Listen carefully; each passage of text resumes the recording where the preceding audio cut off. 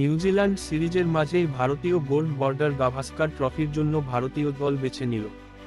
রোহিত শর্মার নেতৃত্বে মোট 18 সদস্যের দল ঘোষণা করা হয়েছে। একই সঙ্গে ট্রাভেলিং রিজার্ভ হিসাবে রাখা হয়েছে 3 পেসারকে। তবে চোট সারিয়ে দলে সুযোগ পেলেন না মোহাম্মদ শামি। 50 ওভারের বিশ্বকাপের পর থেকেই চোটের কারণে মাঠের বাইরে শামি। বাংলার ক্রিকেটারদের মধ্যে অস্ট্রেলিয়ার বিমানে ওঠার সুযোগ পাচ্ছেন ওপেনার অভিমন্যু ঈশ্বরন, রয়েছেন আকাশদীপ। রিজার্ভদের মধ্যে রয়েছেন মুকেশ কুমার।